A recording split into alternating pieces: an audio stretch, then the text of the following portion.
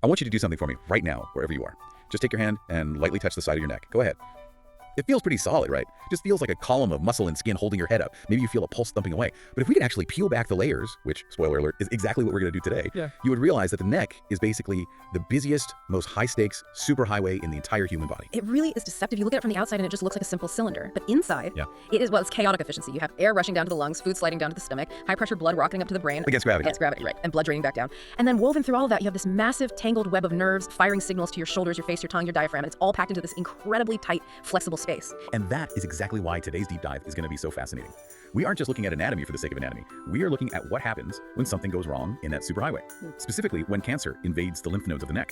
We are digging into the evolution of neck dissection surgeries. And looking at the source material you brought today, this isn't just a medical review. It feels more like a history of philosophy. That's a great way to frame it. It's not just a story about how to cut tissue. It's a story about a shift in mindset over the last century. We're tracing the journey from what we call radical removal, which was basically take everything out to ensure survival at any cost, to functional preservation, where the goal is to save the life and the quality of life. We've got a stack of detailed surgical breakdowns here, focusing on 3 specific procedures: the radical neck dissection, the modified radical, and the selective neck dissection. And honestly, reading through these steps, the precision required, it felt less like a medical text and more like a manual for defusing a bomb. That is a very apt analogy. Right, because you have to cut the red wire, but not the blue wire. But the blue wire's wrapped around the red wire. And if you nick the wrong thing, the patient can't breathe or they can't lift their arm. Or they bleed out in seconds. Precisely. And that is the surgeon's eternal dilemma, especially in the neck. We call it balancing oncological safety, which means getting every single microscopic cancer cell out against functionality. If you take too much, you cure the cancer, but leave the patient with permanent, life-altering disabilities.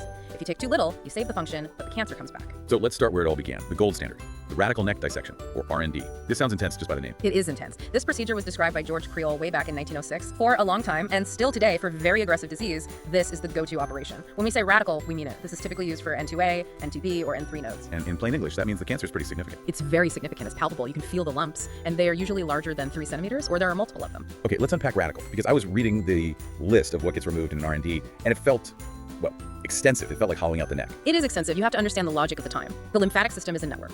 If cancer is in the network, the old philosophy was that you must remove the whole network to be safe.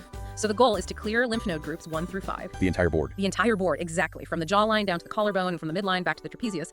But to get to those nodes and ensure absolutely nothing is left behind, the surgeon also sacrifices 3 major non-lymphatic structures. And these aren't small structures. These are main components of the neck's architecture. No, they are vital. First, the sternocleidomastoid muscle. That's the big strap muscle you feel popping out when you turn your head. That's the one. It protects the great vessels.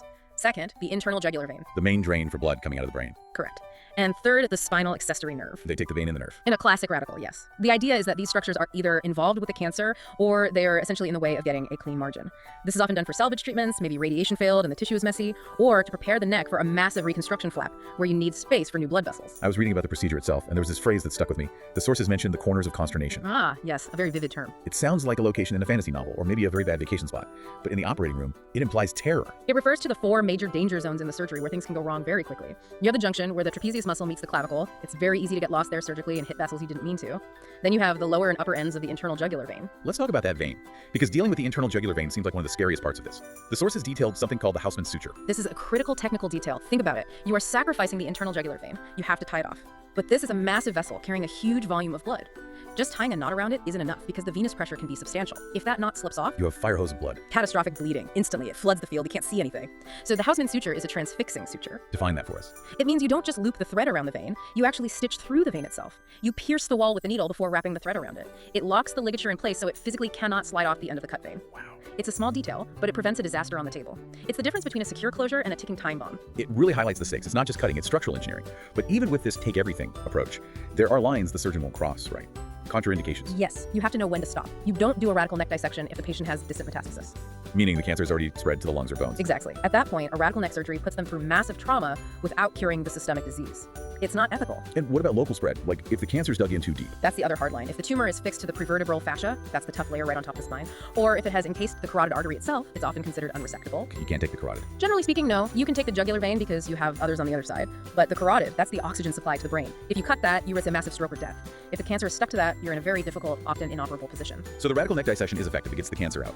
But the aftermath sounds brutal. Yeah. You mentioned taking the spinal accessory nerve. I think for a layperson, we hear nerve, and we think numbness or maybe a little tingling. But what does losing the spinal accessory nerve actually mean for the patient when they wake up? It leads to something we call shoulder syndrome, and it is debilitating. The spinal accessory nerve powers the trapezius muscle, which is the large muscle across your upper back and shoulder. Without that nerve signal, the muscle atrophies. The shoulder droops significantly, becomes stiff and painful. But the functional hit is that the patient physically cannot lift their arm above their head. So you can't brush your hair, you can't reach a high shelf, you can't put on a t-shirt easily. Exactly. Even putting on a coat becomes a struggle. It's a huge quality of life hit. And for a long time, that was just considered the price of survival. The attitude was, you're alive, aren't you? Stop complaining about your shoulder. But eventually, that realization that we were leaving people maimed is what drove the evolution of the surgery. Surgeons started asking, do we really need to cut the nerve every time? Is the cancer actually in the nerve? Enter the pioneers. I saw the names Suarez and Boca mentioned as the game changers here. This sounds like the turning point in the story. It really was. Suarez, an Argentine surgeon in the 1960s, was the visionary. He was the one who challenged the dogma. He demonstrated that the lymphatic system sits within fascial compartments. It's like the lymph nodes are in an envelope, and that envelope is separate from the muscles and nerves. So he realized you don't have to throw away the whole letter just to get the envelope. Perfect analogy. He proved you could technically peel the lymph nodes off the muscle, off the vein, and off the nerve without removing the structures themselves. You could strip the disease away while leaving the functional anatomy intact. Like peeling an orange but leaving the fruit segments perfectly intact. Exactly. And then Boca, an Italian surgeon, he popularized it in the broader medical community. This gave birth to the modified radical neck dissection, or MRND. And the sources describe this almost like a menu. You have type 1, type 2, and type 3. Can you break down the differences? It seems to be a hierarchy of what you managed to save. That's the perfect way to think about it. It's a hierarchy of preservation. In type 1, the surgeon looks at the cancer and says, okay, the muscle and the vein are too comprised, so I'm going to take them, just like in a radical, but I'm going to save the spinal accessory nerve. So you lose the muscle and the vein, but no shoulder syndrome. That's the goal.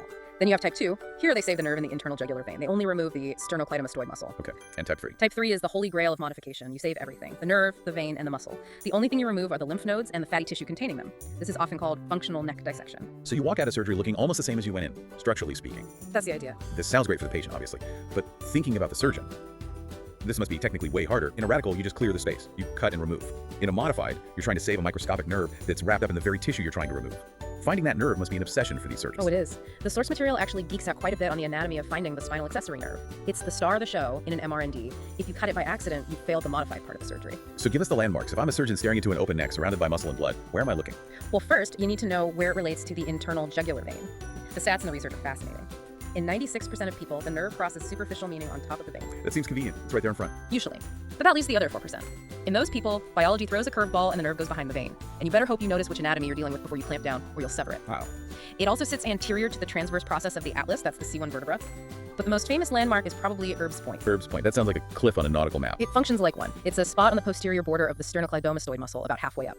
It's where a cluster of nerves, including the spinal accessory, emerge from behind the muscle. Surgeons use that as a lighthouse to orient themselves in the tissue. You find Erb's Point, you find the nerve. So MRND modified radical is about saving the big structures while still clearing levels 1 through 5. It's the same scope as the radical, just more delicate. But then the sources take us into the modern era, the precision era, selective neck dissection, SND. This is the big shift. We move from clearing the forest to fighting the fire. The philosophy here is predictive.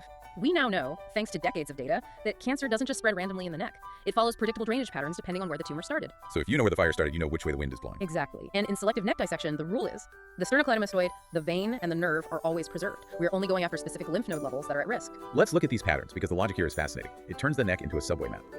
If I have a cancer on my tongue, where's the train going? Oral cavity cancers, tongue, floor of mouth, they drain predictably to levels 1, 2, and 3. That's the upper neck. So the surgeon performs a supraomohyoid dissection. They don't touch levels 4 or 5 because the cancer rarely skips down there. Why cut open the lower neck if the train never goes to that station? Makes sense. It saves time and trauma. What if it's a skin cancer, like on the face or ear? That changes the flow completely. Skin cancers, or parotid gland cancers, often drain down to level 4, closer to the clavicle. So you do an extended supraomohyoid to catch that lower level. And the throat, the larynx. Interestingly, throat cancers usually skip level 1, the area under the chin. They go straight to the deep nodes on the side of the neck. So for those, you do a lateral neck dissection, clearing levels 2, 3, and 4. It's incredible how specific this is. It's like targeting specific zip codes. It gets even more specific. For scalp cancers or skin on the back of the neck, they drain backward. That's a posterolateral dissection hitting level 5. And for the thyroid, that drains centrally right down the middle over the trachea into level 6. Why does the specificity matter? Is it just about making a smaller incision? It's about impact and timing. The evidence shows that doing these selective dissections electively, meaning performing surgery on a neck that doesn't feel lumpy yet, N0 neck, is actually better for survival than waiting. You get the microscopic disease out early. But because the surgery is selective, you spare the patient the massive trauma of a full radical dissection. It allows us to be proactive without being destructive. It's amazing how much depends on knowing that map. I want to pivot for a second to the actual physical act of the surgery. We talked about what they take, but the source material gave us some vivid details on the dance of the dissection itself. The choreography, yes. There's a very specific rhythm to these operations. It starts with positioning. They don't just lay you flat on the table like you're sleeping. No, you're supine, head turned away from the side they're operating on. But the key is a sandbag or a roll placed under the shoulders. This extends the neck, arching it back. It opens up that space so the surgeon can actually work. It stretches the canvas, so to speak. And the incision. The notes were very specific. A single stroke with a number 10 blade. That's the mark of a confident surgeon. You don't want jagged edges. That scars badly. You cut through the skin and the platysma muscle in one fluid motion. A platysma. Yeah. That's that thin sheet right under the skin. Right. And this brings us to the subplatysmal plane. The surgeon has to lift that muscle up, elevate the flap without shredding it, to expose the deeper neck. It's often described like peeling the skin off a grape without breaking the grape. It requires incredible finesse because if you go too shallow, you kill the skin. If you go too deep, you hit the nerves. And while they're down there, peeling this grape, they are dodging landmines. We talked about the corners of consternation, but there are other nerves deep down there that scared me just reading about them. You're thinking of the deep layer, the floor of the neck. I am. Specifically, the phrenic nerve. That is a high anxiety structure. If the surgeon digs too deep, past the lymph nodes and into that pervertebral fascia we mentioned earlier, they hit the phrenic nerve. And that controls Your diaphragm, your breathing. If you sever that, the patient's diaphragm on that side is paralyzed. They might prominently struggle to breathe, especially when lying down. Yikes. And right next door is the arm controller. The brachial plexus, that controls your entire arm function. So picture this. The surgeon is aggressively clearing out cancer tissues, pulling and cutting, but they have to have a delicate enough touch to avoid grazing these nerves that define the patient's basic ability to breathe and move. And the procedure isn't over until the closure. And this part surprised me. The Valsalva maneuver. I usually think of that as popping my ears on an airplane. It's the same mechanic, but for a different purpose. Before they stitch the patient up, they need to ensure hemostasis, that all bleeding has stopped. But sometimes, small veins collapse when the patient is under anesthesia and has low blood pressure. They stop bleeding temporarily. So they are hiding. Exactly, they are dormant. So, the surgeon asks the anesthesiologist to perform a Valsalva, basically forcing air into the lungs to increase chest pressure. This increases the venous pressure in the neck, it puffs up the veins. If there's a little bleeder that was hiding, the Valsalva makes it pop out and bleed. You want it to bleed now, not later. Exactly. You want to tie it off while the wound is open. If you miss it and it starts bleeding after you close the skin, you get a hematoma. That blood collection can push on the windpipe and suffocate the patient in the recovery room. It's constant vigilance. So looking back at this arc, from radical to modified to selective, it really feels like a journey from brute force to elegance. It is. In the beginning, the priority was simply save the life, whatever the cost. If that meant losing a muscle, a vein, and the use of your arm, so be it. That was the best we could do with the knowledge we had. But now, Now, with better anatomical understanding, we can say, save the life, but let's also save the lifestyle. We can predict the cancer's path and intercept it without burning down the whole village. it connects back to what we started with, the neck as this superhighway. The more we understand the traffic patterns, the better we can manage the accidents. Exactly. It's the triumph of anatomical knowledge over fear. But, and here is where it gets really interesting to me, I want to leave the listeners with this thought. Even with all this precision, biology is messy. You mentioned earlier that 4% of people have that nerve tucking behind the vein instead of in front. Yes. And there are plenty of other variations. A nerve branches early, a vein is in a weird spot. And that makes me wonder about the nature of surgery itself. We talk about it as a science. Protocols, Yeah. levels 1 through 5, standard incisions. But when you are in there and the anatomy decides to break the rules. That's where the science ends and the art begins. Right. I want you, the listener, to think about that. How much of surgery is strict, by the book science, and how much is high-stakes improvisation? When the map in the textbook doesn't match the territory under the scalpel, that surgeon have to make a split-second decision. That 4% variation could mean the difference between a working shoulder and a paralyzed one. It's not just a robotic process. It's a humbling thought. No matter how much we standardize, every human body is a slightly different puzzle. And the surgeon has to solve it in real time under bright lights with a life on the line. And on that note, we're going to wrap up this deep dive. We hope you'll never look at your neck or the surgeons who navigate it the same way again. Stay curious, and thanks for listening. Goodbye.